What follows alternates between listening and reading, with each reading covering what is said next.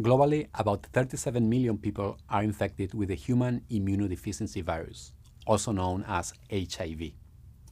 The virus, a retrovirus, was first identified in the 1980s, and at that time there was a desperate search for effective antiretroviral treatments. Unfortunately for those infected with HIV, it took some time to find those treatments. HIV infection was a death sentence throughout the 1980s and much of the 1990s. The available antiretrovirals were not very effective and they had serious adverse effects. HIV-positive individuals died horrible deaths a few years after being infected. Everything changed when new combinations of antiretroviral therapies became available in 1996. These combination therapies were very effective in lowering the concentration of the virus in blood and in controlling the disease. And since then, they have become even better. This antiretroviral therapy doesn't cure HIV-positive individuals that are still infected, but as long as they keep taking the therapy, most persons living with HIV can live an almost normal life without symptoms of HIV infection. How did we learn that the new antiretroviral therapy was effective in the first place?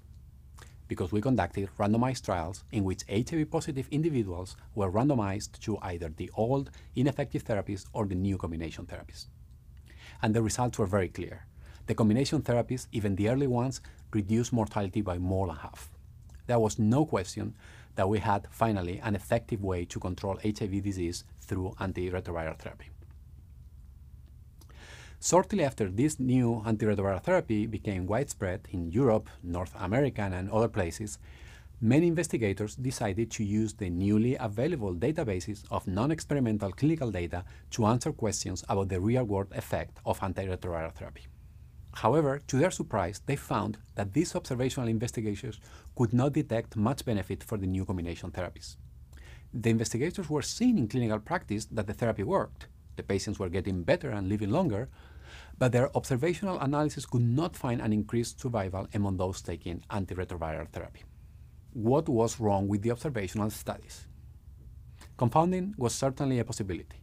Individuals with more advanced disease were more likely to receive the therapy. But the investigators were adjusting for lots of confounders, and still their effect estimates weren't close to those of randomized trials. What was going on?